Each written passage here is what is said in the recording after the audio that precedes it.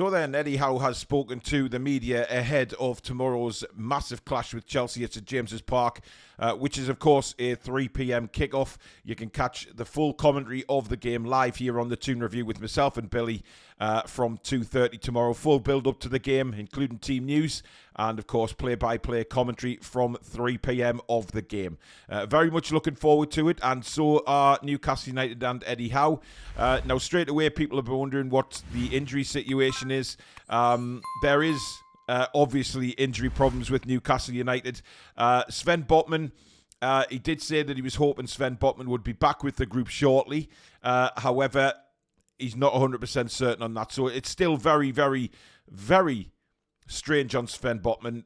Eddie didn't confirm what the injury was. He said they know what the injury is, but he didn't tell the press or obviously the listening public what that injury is to Sven Botman. So, unfortunately, he will be out. Sean Longstaff is very much day-to-day. They're going to see how he is. He did say that he would be a sort of very, very late decision. I don't think Sean's going to be fit tomorrow, to be honest. But you never know. Eddie swings these curveballs in his press conferences, and we just never find out, do we? Isak is expected to play, which is a very good sign for us. We desperately need Alexander Isak back.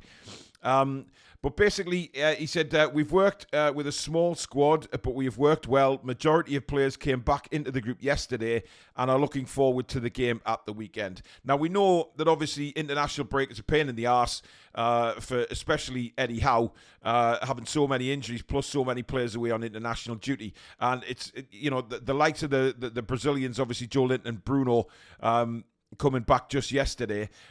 It's not a lot of time to get ready for such a big game against Chelsea. However, Chelsea are in the same boat. They've had a lot of international players go out as well. So Pochettino quite simply is in the same boat as Eddie when it comes to international players. However, the injury crisis at Newcastle is still there. It hasn't gone away.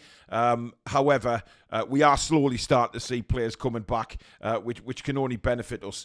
Now, on the team news, what Eddie did say was Fabian Schär was more precautionary rather than an injury. Of course, Fabian Schär didn't take part in Switzerland's games. He was there. He was with the squad. He was on the bench, but he didn't take part in the games. He was certainly on the bench for the first game. I can't remember about the second one. Anyway, he didn't play any part in the games. So it was very precautionary, and Eddie Howe has already praised Switzerland with how they dealt with Fabian Schär. Didn't pressure him to play, knew he was injured, and gave him the treatment that he needs while he was on international duty as well. So I think that's a fantastic thing to see from Switzerland, because you don't see that very often when players are out on international duty. You just see them, they're there and they play, and it doesn't matter if they're injured, because these international teams think of themselves, of course, not the club sides. So it was nice to see a bit of difference there with the Swiss. But he said, Fabian Schär seemed good in training yesterday. Miggy has worked really well since his hamstring. Kieran Trippier is fine. He has trained with us since his return from England, and we will check on Sean Longstaff before tomorrow. So again, he's not giving away much on Sean Longstaff. Of course, he's very precautionary in his press conferences, doesn't want to give anything away to the opposition manager, of course, and Pochettino will be looking on thinking, still unknown as to who Newcastle United's midfield is going to be tomorrow.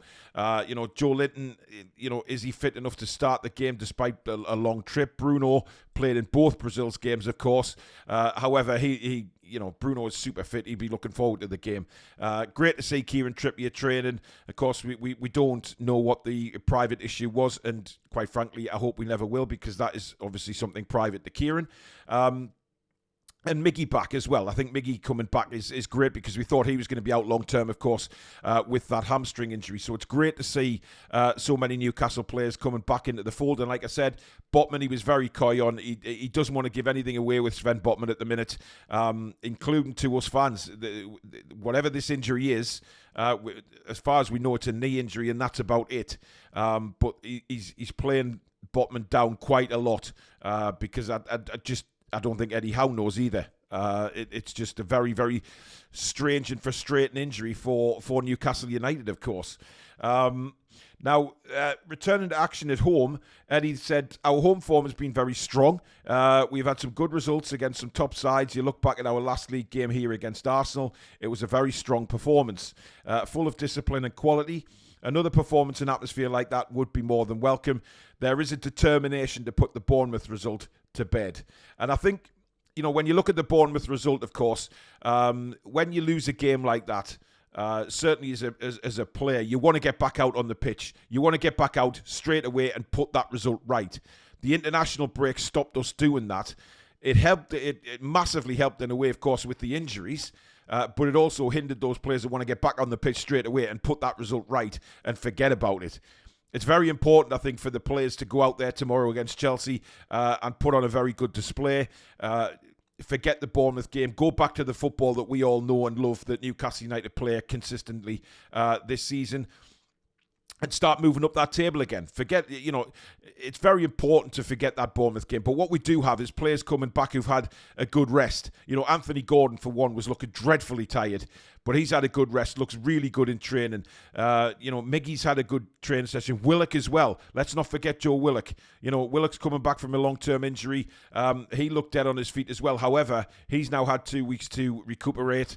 Some light training with Eddie, of course, and then back into it tomorrow against Chelsea. Whether he starts is still a mystery, because the midfield is still a mystery, because if Sean's not playing, does he play Miley or does he play Bruno in the 6 and bring Willock in, which would mean Willock probably playing on the right-hand side of midfield, which is not really as effective as he is on the left. So he's got decisions to make, Eddie, tomorrow. So it'll be very interesting come 2 o'clock and we see that team news as to what he's going to do, because he's saying there he wants the atmosphere to be bang on like it was against Arsenal. Now, we've had some comments from a lot of fans who've been in that ground. Unfortunately, obviously I've missed the last few home games through my illness. There's nothing I could do about that. It's really frustrating me. However, I can't wait to get back into St James's Park when I do sort of get myself picked up again.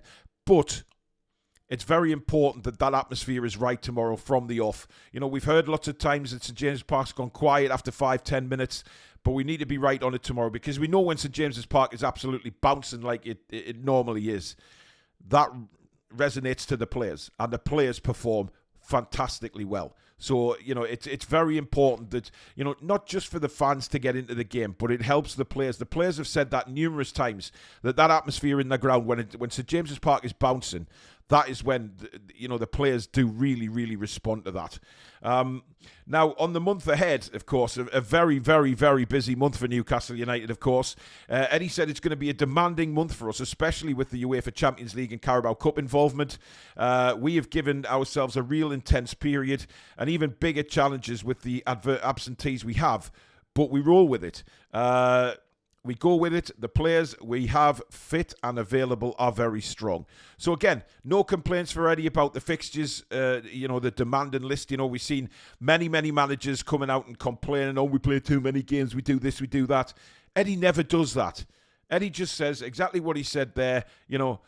We've given ourselves this challenge by doing so well in the competitions that we've been in so far this season, and we want to continue to do that. So whether that means, fielding sort of a Carabao Cup side like we did against Manchester United, let's just see how we do. Nobody expected that win at Old Trafford when we saw the team, but they went out and played absolutely brilliantly. And there's no reason why we can't go and do that again at Stamford Bridge, because I'm sure Pochettino will be looking at that as well and thinking, right, we're now performing really well in the Premier League. Do we want to really risk injuries, etc., in the Carabao Cup? He may play a weakened side. He may not. He may look at the Carabao Cup as an opportunity to get some silverware through the door in his first season at Chelsea. So decisions have to be made on both sides there. But with tomorrow, Premier League is very much our bread and butter. But I think he'll play the strongest side he can possibly play in every Premier League game. And of course, we've got the Champions League, the group stages finishing off. We've got a very, very tough game away in Paris, of course, and then at home to AC Milan. We've still given us a chance of qualification, whether that be for the next round of the Champions League or whether that be dropping into the Europa League, sorry. So Europe is a very, very strong ambition for Newcastle United and an ambition to stay in it throughout the course of the season. But again, no complaints from Eddie Howe. He just wants to get on with things and he just wants to do things right and keep performing, keep the team performing, keep the chances ticking along of us winning some silverware. Now, he did speak about Lewis Hall as well, who, of course, will be missing tomorrow because he's only on loan at the moment. He said his commitment to his training and all the work he's done behind the scenes has been really good. He's a talented young player for sure. He has a beautiful left foot and he's got a high level of technical ability. There is a real high potential with him. I think there is a few of his areas of his game that needs smoothing out and improving, but that would be no different to any other young player. We really do believe in him. So that will resonate to Lewis Hall and give him a real boost, because let's face it, it's been a little bit frustrating for Lewis Hall.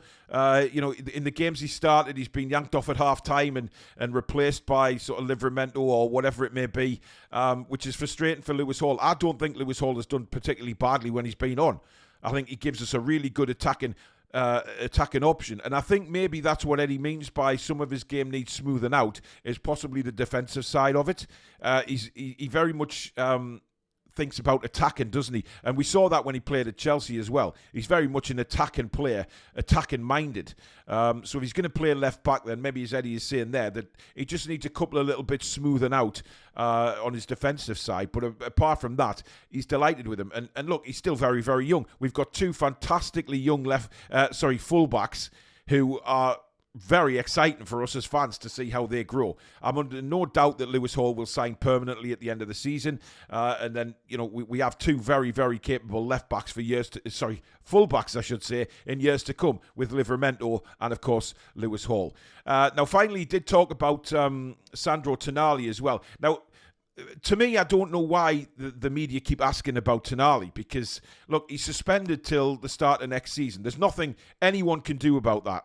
We know he's training. We know he can go to watch the games, but he can't play. And yeah, an update on Tonali every so often would be great. But it seems like every press conference, Eddie's asked about Sandro Tonali, and I don't get it at all. I think they should just, let him get on with whatever he's getting on with behind the scenes, and talk about who can actually play in the games. But he did say Tonali's training well. He's probably trained the best he's trained since he's been at the club, Eddie said. So, whether that's because the pressure's off him, there's a cloud lifted off his shoulders now with what was going to happen with the betting scandal. That's all behind him now. He's got his punishment and he gets on with it. So it's good to know that he's still been very professional, even though he can't play in the games. He's working hard in training. It's the best I've ever seen him in training as well. So that's exciting for us as fans to know. And we've got hopefully a very, very good player coming back for the start of next season. But let's just let Tonali get on with whatever he's getting on with behind the scenes now. He's got his punishment. There's no point. Let's just talk about the players that, are going to be playing for the club for the remainder of the season. But there you go, guys. That is what Eddie Howe had to say today in his press conference. If you have enjoyed the video, as usual, give it the thumbs up, guys. Very important to the channel that we keep those coming in, of course. So that we can get up there on the search results and people like yourselves can find the channel, hopefully subscribe in the future. If you are new and you like what you see, please do subscribe. It is free to do so. Come and join this wonderful community we have on the Toon Review. And of course, don't forget to hit the notification bell, which will let you know when we go live or we upload any future videos such as these. Now, if you're watching this on Friday afternoon, of course, tonight we've got Face the Lads, our fan interaction show, where you get the chance to come and join us for 5 or 6 minutes a piece. To have your say on Newcastle United. We've got some fantastic member prizes again tonight. So if you're a member of the channel, you have a chance of being in with a chance of winning some great prizes. If you're not a member yet, hit the join button and become a member and get yourself enrolled with a chance to win tonight on the show. That starts at 7 o'clock. And of course, the watch along tomorrow with me and Billy will start at 2:30 with full build up to the game. But thank you very much for watching, guys. Enjoy the rest of your Friday and we'll see you very, very soon. In the meantime, have a great day. Take care.